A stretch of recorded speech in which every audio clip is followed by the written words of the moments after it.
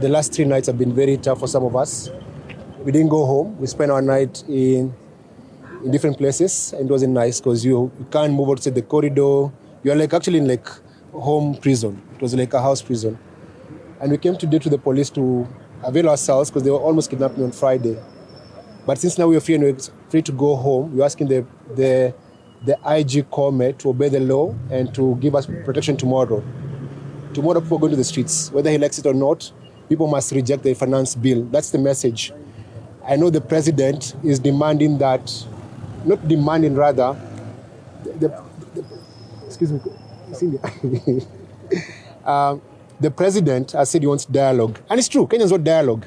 And the dialogue is very simple. Reject the finance bill. That's our dialogue. We are going to parliament to say reject the entire finance bill. Will the government be paralyzed if we reject the finance bill? No.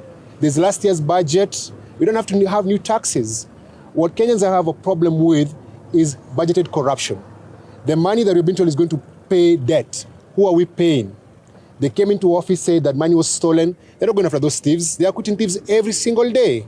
And you have said this and you say over and over again. There are people in office illegally who are getting salaries. The people that we never elected were being given money, and we have a problem with that. Young people are tired. The president is saying, get a passport, leave the country, go abroad. Don't want to go abroad. Anataka tutoke Kenya, watoto tutoke Kenya wamesoma, wakoshe matako ya wazungu, Germany ama America ama place ingine. Wakenya wataki kuosha matako ya wazungu. Wanataka kukaa kwa hii nchi, wafanye kazi kwa hii nchi. When you went to school, you were supposed to get jobs in this country. Our president, if he was here like 200 years ago, he would have been a slave owner, not in a slave ship.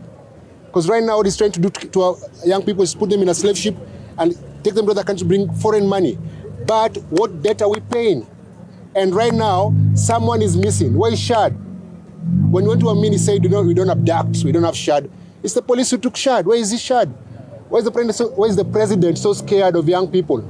Let me tell you the truth is, this protest, this movement, this reject finance bill, there's no leader. There's no one person. There's no one being paid. Those guys on the streets yesterday, the other day, last week, no one was paid. Today, the government had a paid protest. They couldn't even get 500 people to pay. Hata vijana wenyewe wangeenda kulipwa wahongo wapande kwa barabara. Walikataa. Because people are saying, we can see the wastage in this government. We can see the opulence in this government. We can see where the money is going in this government. And that money is all going into people, Kenyans' pockets. It's going to few individuals. So, our message is very simple. Whether we are going to be beaten, arrested, or even killed, we shall resist and we're going to reject the finance bill. Tomorrow is a holiday in this country. If you're not going to protest, kaa nyumbani. But you're going to occupy the entire country. We're going to occupy the entire country. All the roads, show up, let us be heard. The dialogue we want is reject the finance bill. That is it. And if the country is broke, reduce salaries. Stop traveling all the time. Reduce salaries of your ministers, of members of parliament. If you're broke as a country, let us live within our budget. You can't tell us you're broke and then you're spending so much money on personal travel, carpet, office furniture, cars, giving your wife money who was never elected, giving the deputies money who was never elected, giving Mudavadi money which is an illegal office.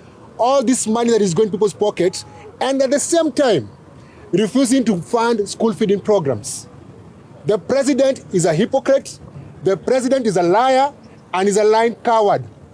Because he can't face us. That's the reason why he's spending GSU, guns, batons, tear gas, water cannons. He's a fucking coward. Mwambieni mwoga. If he's a man enough, reject the finance bill. We know very well he bribed members of parliament. He can't bribe us. Who are you going to bribe? People don't want money. They want jobs. We don't want passports. We want jobs in our own country. We want to be safe. Come. Your time is coming. Even you're a coward. You are in that office. It's independent. Why are you killing our brothers and sisters? Why are you doing that?